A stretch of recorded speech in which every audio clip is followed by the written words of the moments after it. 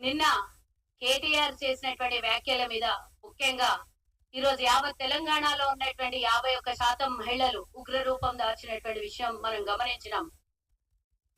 అసలు వాళ్ళ కుటుంబంలో మహిళలకు గౌరవించే పద్ధతే తెలియనోళ్ళు ఈరోజు రాష్ట్రంలో ఉన్నటువంటి 2 కోట్ల మంది మహిళల్ని గౌరవించే తత్వం ఉంది అనేది మాత్రము ఎవ్వరు కూడా అనుకోరు. వాళ్ళ యథా రాజ తదా ప్రజ అన్నట్లు గతంలో తొలి తెలంగాణ అసెంబ్లీలో ఒక్క మహిళా కేబినెట్ మంత్రిని పెట్టకుండా 5 సంవత్సరాలు ఒక మహిళా కమిషన్ చైర్పర్సన్ ని పెట్టకుండా వ్యవహారం నడిపించినటువంటి వీళ్ళు మహిళలకు ఎంత గౌరవిస్తారో గత 10 ఏళ్లు మనం చూసినాం.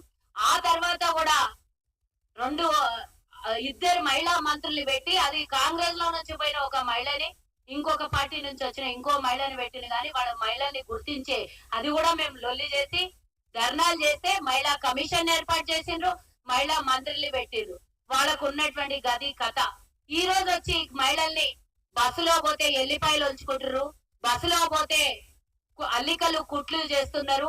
ఒకటి కాదు సీతక్క, ఒక్కొక్కరికి ఒక్కొక్క బస్సు పెట్టు అని అంట. మాదేం పోయింది అన్న, నీదేం పోయింది? నువ్వు దోచుకున్న 10 లక్షల కోట్ల రూపాయలు విదేశాలలో ములుగుతున్నాయి, నీదేం పోతుంది? తెలంగాణ ప్రభుత్వం ఈ రోజు కాంగ్రెస్ ప్రభుత్వం రేవంత్ రెడ్డి గారి పరిపాలన ప్రజా పరిపాలన నడుస్తున్నది.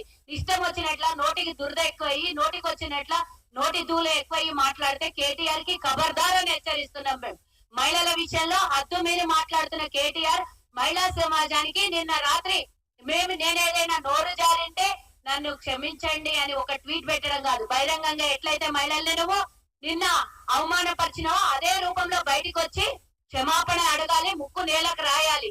ప్రతిసారి వ్యంగ్యంగా మాట్లాడే అలవాటు ఈ టిఆర్ఎస్ ప్రజలకి, టిఆర్ఎస్ నాయకులకు అలవాటు అయిపోయింది. ఒక రోజు ఎర్రబల్లి దయాకర్, ఈ రోజు కేటీఆర్, గతంలో మీ నాయన, ఇంకొకళ్ళు ఎవ్వరు కూడా మహిళల్ని గౌరవించలేదు. మీరు వచ్చి మేము ఇచ్చినటువంటి ఉచిత బస్సు ప్రయాణం మీద వ్యంగ్యంగా తొలి రోజు నుంచి బస్సు ఉచితంగా మేము అమల్లోకి తీసుకొచ్చిన డే 1 నుంచి మొదలు పెడితే ఈ రోజు వరకు 8 నెలలు దాటుతోంది.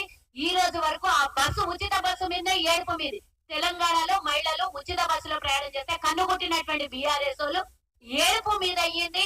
ఈ రోజు ఆనందం, మహిళల ఆనందంలో కళ్ళల్లో ఆనందం చూడలేనటువంటి పరిస్థితిలో ఉన్నటువంటి వీళ్ళు ఇష్టం వచ్చినట్టు ఇటు అసెంబ్లీలో కూడా సీతక్క మీద పాడి కౌశిక్ రెడ్డి ఇష్టం వచ్చినట్లు మాట్లాడతారు. కేటీఆర్ ఏమో బయటకు వచ్చి మహిళల గురించి మాట్లాడతారు. అసలు మీకేం అర్హత ఉన్నది తెలంగాణ మహిళల గురించి మాట్లాడడానికి? వాళ్ళు ఓట్లేస్తే గద్దెల మీద కూర్చొని వాళ్ళు ఓట్లేస్తే రాజ్యాధికారం పొందినటువంటి మీరు ఈ రోజు మహిళల గురించి మాట్లాడతారా? సీతక్క ఒక సందర్భంలో చెప్పిన విషయం ఏంది, వాళ్ళు 3 గంటలు ఆదిలాబాద్ వరకు ప్రయాణం చేసుకుంటారు. ఆ సమయంలో ఇంటికి వెళ్ళి సమయం సరిపోదు కాబట్టి బస్సులో తన పనులు తను చేసుకుంటున్నారు. సీట్లలో కూర్చొని తప్పించి అందరిని బస్సులో నుంచి ఎలగొట్టి మేమే ఒక 10 మంది మహిళలను కూర్చొని వడ్డించుకుంటాం, వంట చేసుకుంటాం, డాన్సులు ఆడతామని ఎప్పుడైనా ఎక్కడైనా చెప్పిందా? ఏమన్నా వచ్చిందా? ఏం మాటలయ్యా కేటీఆర్, నీ మాటలేంది? ఈ రోజు అందరూ తిరగబడి ఈరోజు మహిళలందరూ ఉగ్ర రూపం దాల్చారు కాబట్టి ఒక్క ట్వీట్ పెట్టి వదులుతావా నువ్వు? డాన్సులు చేసుకోండి, క్లబ్ డాన్సులు చేసుకోండి, ఇంకా నయం ఇంకేమన్నా అన్నవేమో. మీ ఇంట్లో మీ తల్లి ఉన్నది, మీ చెల్లి ఉన్నది, మీ చెల్లి జైల్లో ములుగుతున్నది. అదే ప్రతిపక్షాలు గాని తెలంగాణ ప్రజలు గాని అనొచ్చు కదా, మీ చెల్లెలు ఏం పని చేసి పోయింది అయ్యా జైలుకి అని అడగొచ్చు కదా. మరి ఎవరు కూడా తెలంగాణ ప్రజలకి, మహిళలకి ముఖ్యంగా గౌరవం తెలుసు కాబట్టి నిన్ను నీ కుటుంబాన్ని బహిరంగంగా తిట్టి మరి దిష్టి బొమ్మలు తగలబెడతలేరు తెలంగాణలో ఉన్నటువంటి వ్యవస్థను చూసి. ఈ రోజు మీరు చేస్తూ ప్రతిపక్షంలో కాముగా కూర్చోండి, అయితే సలహాలు ఇవ్వండి, కానీ ప్రజలకు వ్యతిరేకంగా మీరు స్టేట్మెంట్లు ఇచ్చుడేంది? ఈ రోజు నేను కేటీఆర్ అడుగుతున్నా, మహిళలకు ఈ రోజు ఉచిత బస్సు ఇవ్వడం లోపల మీకు వచ్చినటువంటి నష్టం ఏందో ఒక్కసారి చెప్పాలి.